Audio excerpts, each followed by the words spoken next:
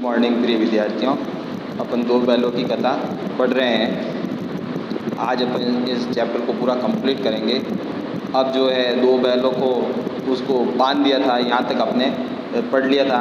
अब अपन आगे जो है नेक्स्ट इसको पढ़ रहे हैं। एक सप्ताह तक दोनों मित्र वहीं बंधे पड़े। एक सप्ताह हो गया और वो दोनों मित्र जो वहीं बंधे पड़े।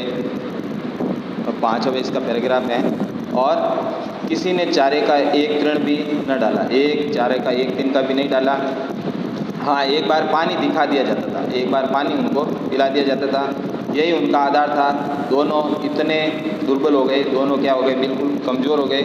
उठा तक नहीं जाता था, उठा तक नहीं जाता था और ठठरियाँ निकल आई थी और बिल्कुल एकदम जो है बेकार स्थिति में हो गए थे। एक दिन बाड़े के सामने डूगी बजने लगी। एक दिन बाड़े के सामने क्या बज रही थी? डूगी बज रही थी। दोपहर होते होते वो 50-60 आदमी जमा हो गए। दोपहर होते होते कितने हो गए? 50-60 आदमी जमा हो गए। तब दोनों मित्र निकाले गए। दोनों मित्रों को उनको निकाला गया बाहर और उनकी देखभाल होने लगी। लोग आकर उनको सूरत देखो और मन फीका करके चले जाते, जैसे उनको देखते और मन फीका करके चले जाते। ऐसे मर्तक बैलों का कौन खरीदार होता है? ऐसा मर्तक है जो इनका कौन खरीदार होता है? सहसा एक दड़ियल आदमी जिसकी आंखें लाल थी, एक क्या था दड़ियल जो टेढ़ा मेढ़ा, वो उसकी आंखें लाल थी और मुद्रा अत्यंत कठोर, और आया दोनों मित्रों के कुलों में उंगली गोदकर मुंशी जी से बातें करने लगा। आया और उंगली गोदकर उनसे मुंशी जी बातें करने लगा और उसका चेहरा देखकर अंतर्ज्ञान से दोनों मित्रों को दिल काँप उठे। और उसको अंतर्ज्ञान से मनी मन देख के दोनों मित्रों का दिल क्या हो गया? काँप उठा कि वह कौन है और उन्हें क्यों टटोल रहा है। इस विषय में उन्हें कोई संदेह न हुआ। दोनों ने एक दूसरे को भीत नेत्रों से देखा, करीब नेत्रों से देखा और सिर झुका लिया। हीरा ने कहा, गया के घर से नाक भागे। हीरा ने कहा कि गया के घर से तो अपन यूँ फालतू भागे, अब जान न बचेगी, अब अपनी जान नहीं बचेगी। मोती ने अश्रद्धा के भाव से उत्तर दिया। मोती ने अश्रद्धा के भाव से उत्तर दिया। कहते हैं कि भगवान सबके ऊपर दया करते हैं और भगवान जो है सबके ऊपर दया करते हैं। उन्हें हमारे ऊपर क्यों दया नहीं आती है? भगवान को हमारे ऊपर दया क्यों नहीं आती है? भगवान के लिए हमारा मरना जीना दोनों बराबर है और भगवान के लिए जो है मरना जीना हमारे लिए दोनों बराबर हैं। चलो अच्छा ही है, कुछ दिन उसके पास तो रहेंगे। एक बार भगवान ने उस लड़की के रूप में हमें बचाया, एक बार लड़की के रूप में भगवान ने हमें बचाया था। अब कौन बचाते हैं देखते हैं। अब क्या आप न बचाएंगे? यह आदमी छुरी चलाएगा, देख लेना, यह आदमी छुरी चलाएगा। क्या चलाएगा? छुरी, और हम मारे जाएंगे। तो क्या चिंता, मांस खाल सींग हड्डी सब किसी न किसी के काम जाएंगे। कि अब जैसे ये छुरी चलाएगा तो मांस है, खाल है, ये हड्डी किसी न किसी के तो काम आएगी।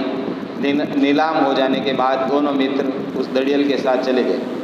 तो नीलाम हुआ और दड़ियल के साथ चले और दोनों की बोटी काँप रही थी। दोनों बैलों की क्या हो रही थी? बोटी काँप रही थी। बेचारे पाँव तक न उठा सकते, पर भय के मारे गिरते पड़ते भाग जाते। भय के डर था उनमें दोनों में और गिरते पड़ते भाग जाते थे, क्योंकि वह जरा भी चाल धीमी हो जाने पर जोर से डंडा जमा देते थे। जरा से वो अगर धीरे चलते जोर से क्या कर देते थे? डंडा जमा देते थे। राह में गाय बैलों का एक रेवड़ हरे हार में चढ़ता नजर आया। रास्ते में क्या हुआ? गाय बैलों का एक जो है रेवड़, बहुत सारा झुंड होता है, वह हरे हार के अंदर चढ़ता नजर आया। सभी जानवर प्रसन्न थे। चिकने चप्पल कोई उछलता था, कोई आनंद से बैठा बागुर करता था। कितनी सुखी जीवन था और बड़े ही आनंद से वहाँ पर थे पशु। कितना सुखी जीवन था इनका। पर ये कितने स्वार्थी हैं। सब किसी की चिंता नहीं करते, किसी की चिंता भी नहीं करते हैं।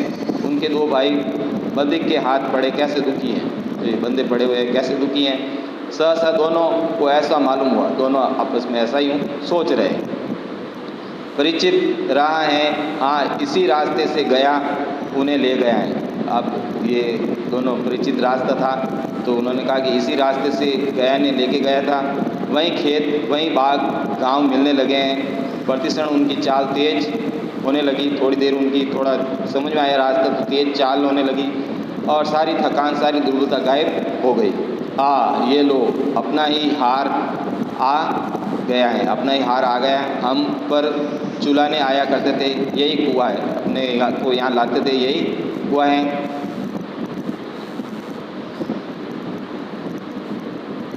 मोती ने कहा, हमारा घर नगीच आ गया, हमारा घर बहुत नज़दीक आ गया है। हीरा बोला, भगवान की दया है, भगवान की दया है। मैं तो अब घर भागता हूँ, मैं तो अब क्या भागता हूँ, घर भागता हूँ। ये जाने देगा, इसे मैं मार गिराता हूँ। अब ये अपन को क्या जाने देगा, इसे मैं मार गिराता हूँ। नहीं, दौड़ कर थान पर चलो, दौड़ कर क्या चलो, थान पर जा चढ़ते हैं। वहाँ से हम आगे न जाएंगे। दोनों उन्मत्त होकर बछड़ों की बाती कुलेले करते हुए घर की ओर दौड़े। दोनों उन्मत्त खुशी मारे बछड़ों की बाती क्या हुए, कुलेले करते हुए, बातें करते हुए, इस प्रकार मुंह को हिलाते हुए दौड़े। और वह हमारा थान है। दोनों दौड़कर अपने थान पर आए और खड़े हो गए। दड़ियल भी पीछे पीछे दौड़ा चला आता था। झूरी द्वार पर बैठा धूप खा रहा था। झूरी जो द्वार पर बैठा गया था, धूप मतलब कर रहा था, धूप ले रहा था। बैलों को देखते ही दौड़ा और उन्हें बारी बारी से गले लगाने लगा। मित्रों की आंखों से आनंद के आंसू बहने लगे। मित्र थे, उनकी आंखों से आनंद के आंसू बहने लगे। एक झूरी का हाथ चाट रहा था। दड़ियल ने जाकर बैलों की रस्सियाँ पकड़ ली। दड़ियल था, उसने जाकर क्या कर दी, रस्सियाँ पकड़ ली। झूरी ने कहा, मेरे बैल हैं। झूरी ने कहा, ये बैल मेरे हैं। तुम्हारे बैल कैसे हैं? मवेशी खाने से नीलाम लिए आता हूँ। मैं मवेशी, जहाँ पशु रहते हैं, वहाँ से मैं नीलाम इनको लेके आया हूँ। मैं तो समझा हूँ चुरा लिए आते हो। मैं तो ये समझता हूँ तुमने चुरा लिए हो। चुपके से चले जाओ। झूरी ऐसा कह रहा उनको, चुपके से चले जाओ। मेरे बैल हैं, मैं बेचूंगा तो बिकेंगे। किसी को मेरे बैल नीलाम करने का क्या अख्तियार है? मैं बेचा ही नहीं तो ये नीलाम करने के किसको हकदार हैं? जाकर थाने में रपट कर दूंगा। जाके मैं क्या कर दूंगा, थाने में रपट कर दूंगा, रिपोर्ट लिखवा दूंगा। ऐसा ये झूरी कह रहा है। मेरे बैल हैं, इसका सबूत यह है कि मेरे द्वार पर खड़े हैं, ये मेरे द्वार पर खड़े हैं। दड़ियल थोड़ा झल्लाया, गुस्सा हुआ और बैलों की ज़बरदस्ती पकड़ ले जाने के लिए आगे बढ़ा। तो उसी वक्त जो है बैलों ने क्या किया, मोती ने सींग चलाया और दड़ियल पीछे हटा और मोती ने पीछा किया। दड़ियल भागा, पीछे दौड़ा। गांव के बाहर निकल जाने पर वह रुका, पर खड़ा दड़ियल का रास्ता देख रहा था। दड़ियल दूर खड़ा धमकियाँ दे रहा था। दड़ियल जो है दूर देकर धमकियाँ दे रहा था। गालियाँ निकाल भी रहा था, गालियाँ भी निकाल रहा था और पत्थर भी फेंक रहा था। मोती विजय सुर की बाती है। अब मोती को विजय मिल गई, जीत मिल गई। सुर की बाती उसका रास्ता रोके खड़ा था और गांव के लोग ये तमाशा देखते थे और हंसते थे। जब दड़ियल हारकर चला गया तो मोती अकड़ता हुआ लौटा। जब दड़ियल अब हार गया तो मोती अकड़ता हुआ लौटा। हीरा ने कहा, मैं डर रहा था। हीरा ने क्या कहा, मैं डर रहा था कि कहीं तुम्हें गुस्से में आकर मार न बैठो। हीरा है उसको कह रहा है मोती को कि अगर तुम गुस्से में आकर कहीं उसको मार न बैठो।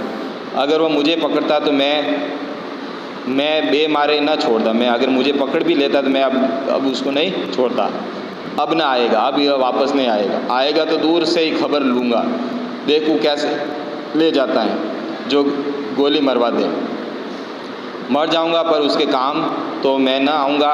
हमारी जान को कोई जान नहीं समझता है, इसलिए कि हम इतने सीधे हैं। जरा देर में नांदों में खुली भूसा, चौकर और दाना भर दिया गया और दोनों मित्र खाने लगे। झूरी खड़ा दोनों को सहला रहा था और 20 लड़के तमाशा देख रहे थे।